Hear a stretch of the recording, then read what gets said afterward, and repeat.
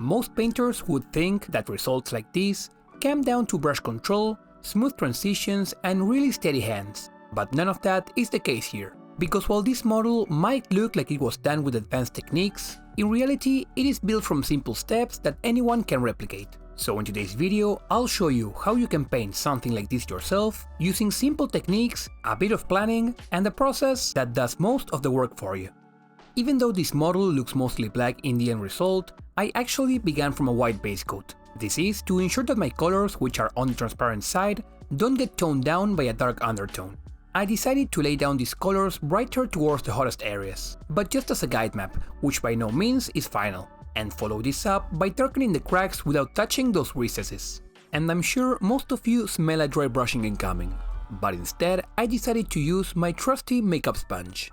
Now, more on why I chose this tool in a second, but first let me show you how to use it. The trick to it lies not in how you grip it or how you stamp with it, but in making sure the sponge is damp, not soaking but damp, so that when we pick up paint from the palette, it doesn't get stuck deep into the sponge and dry immediately.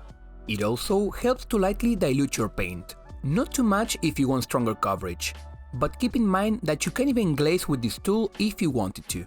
And in case you are wondering what to do when facing a hard to reach area, well, it's as simple as cutting your sponge into a smaller piece, and if necessary, using a pair of tweezers to help you move around the model. Now, the reason I chose this tool is not only to avoid the dusty finish or brush strokes a dry brush might leave behind if I'm not careful, but also because while dry brushing is very effective on the cracks and scales, the more organic areas of the wings wouldn't benefit nearly as much. Those softer, more irregular surfaces respond much better to the gentle stamping of the sponge. And what's more, even on the cracks and scales, a dry brush is amazing at catching the edges, but not so much at capturing the body of those cracks and scales, as you'll see later on when I do bring in some dry brushing. Now, this doesn't mean that one tool is better than the other. Both have their strengths and weaknesses, and the more tools you learn to use, the more freedom you give yourself as a painter. Because at some point, it stops being about how to paint, and starts being about choosing how you want something to look. And that only comes from giving yourself permission to try new things, even if they feel a bit unfamiliar at first. But moving on, we need to do some work on the red, orange and yellow undertones. As I mentioned before, this was more of a map of where the hottest areas of the model are. I'll be leaving the actual flames for later, but in regards to the body, I will wash it all down in orange. Now you might be asking, then why didn't we just begin from an overall orange undertone from the start? Well, just like a white primer helps whichever color we put on top of it shine brighter, this initial map affects the orange wash in a similar way, because you'll notice that what used to be red and yellow areas are now different tonalities of orange, and the result is no longer separate blocks of color sitting next to each other, but a unified orange tone that smoothly transitions into deeper red and brighter highlights. And at this point, the red had all the base work needed to finally reach its full potential, around the bottom of the wings and the downward facing areas of the body. All three, yellow, orange and red, are colors that naturally require multiple coats to reach their full potential, and building these colors through layers is not a flaw in the process, it is the process, because good results don't usually come from a single perfect step, but from a series of simple ones stacking on top of each other, and learning to trust that build-up instead of rushing to the end is what allows your colors to really come alive.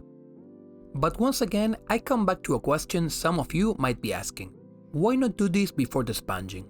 Now the charcoal tone has picked up an orange tint, and that's a great catch, but this was intentional. You see, a single sponging of charcoal would have been good, but not good enough for such an imposing model. So a second pass, this time with a regular sponge, will add even more texture and variation. Why a regular sponge this time? Well, because I am not looking for even coverage. I actually want some of that orange tinted charcoal to show through between the dots the sponge creates. This is once again the same charcoal color as before, but by having that layer of orange in between, I end up with two different tones that coexist on the surface, created with very similar tools, but producing very different finishes. And this is exactly why experimenting with tools matters. Because sometimes the difference between a flat result and an interesting one is not a complex technique, but simply using the same tool in a slightly different way. Every new tool, every variation you try, adds another option to your decision making. And over time, that is what gives you control. Not precision, but choice. And to top it off, I now bring out the dry brush. And with black, I finish off the cracks and scales, but not the organic parts like the membrane of the wings.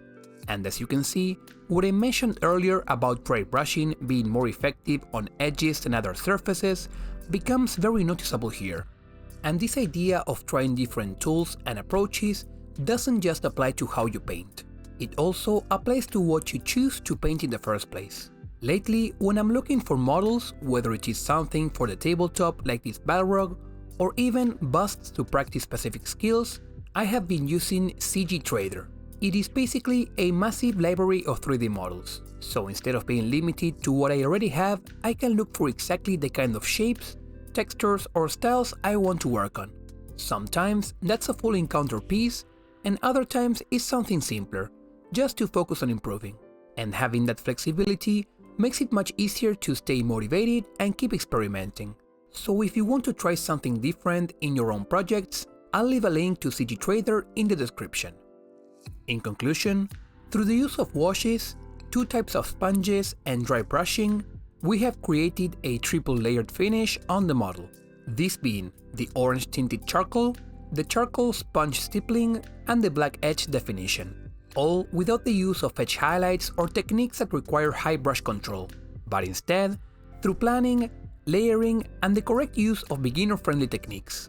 And this is something I want you to take away from this, because improving at painting isn't always about learning harder techniques. Sometimes it's about slowing down enough to plan what you are doing, and then committing to see that plan through, even if it takes 3, 4, or 5 steps. Because when you allow yourself to follow a process to the end, you give your efforts the chance to actually show. And that's where the real satisfaction comes from. With the bulk of the body done, we now move on to the rest of the model, which is essentially a bunch of fire. And there are many ways to approach painting it, and the way I do it here is by no means the best, and that's important, because the goal of this video isn't to give you the perfect method, it's to give you ideas, tools you can take, adapt and apply, whether it is on a model like this or something completely different. Since after all, I am still learning every time I paint just like you. Now making use of the yellow undertone, my 50-50 mix of yellow and orange covers in a single coat with no problems. And afterwards, I use pure orange to paint the top half of the flames. My objective is to show that the source, the bottom part of the flames, is the hottest. And right now, I have no need to blend these 2 tones, because they will naturally come together in the upcoming stages. And this is another important lesson. Things don't need to be perfect from the start. In fact, trying to make them perfect too early often makes the process harder than it needs to be. The main technique I'll be using for the flames is what I call the water trick. I will dilute my yellow acrylic roughly 3 parts water to 1 part paint. But before applying it, I first coat the surface with clean water. This makes the diluted paint behave almost like a paint wash, flowing into the recesses with just a touch of the brush. Now, what's the difference compared to applying it directly? Well, if I hadn't applied the layer of water first, the yellow would have behaved more like the orange washes we used earlier, creating a filter that tints everything, and that would also affect the oranges here. But by pre-wetting the surface, the paint is pushed away from the raised areas, greatly reducing that tinting effect and keeping the yellow mostly in the recesses. Which means we don't need to go back in with dry brushing or edge highlights to fix things. Just keep an eye out for any excess pooling as the water and paint run down the model, but you can easily absorb it with your brush, or if you're lucky like me, find a way to let the model dry upside down.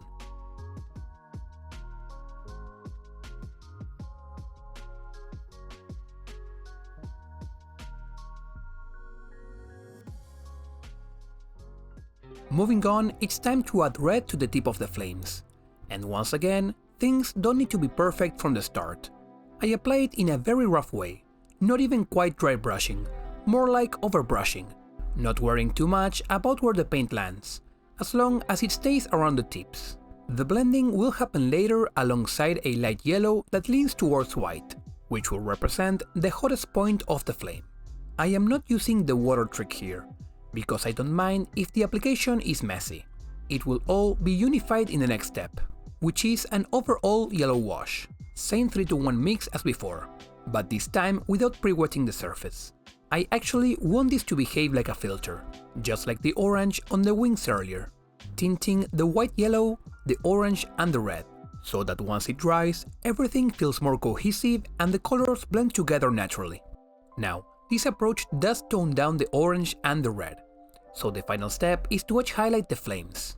And you might be wondering, couldn't I just use more of the water trick to avoid this step altogether? And the answer is yes.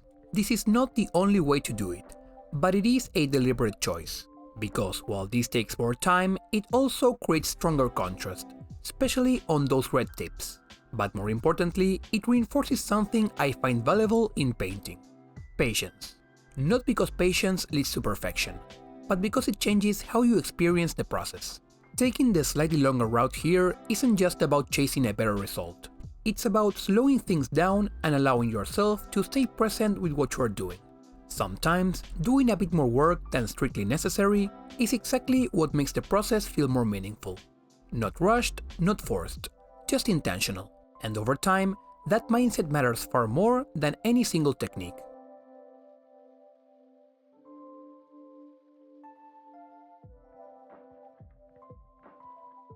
To finish things off, I used the water trick once again, to manually enhance some recesses on the body.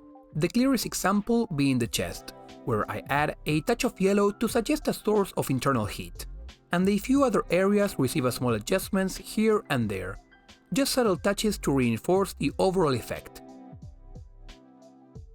Thank you for sticking around for this one. I know it was a bit longer than usual, but hopefully you found something useful in here, or at the very least, something that makes you want to sit down and paint. If you have any questions, feel free to leave them down below. For now, I will see you in the next one.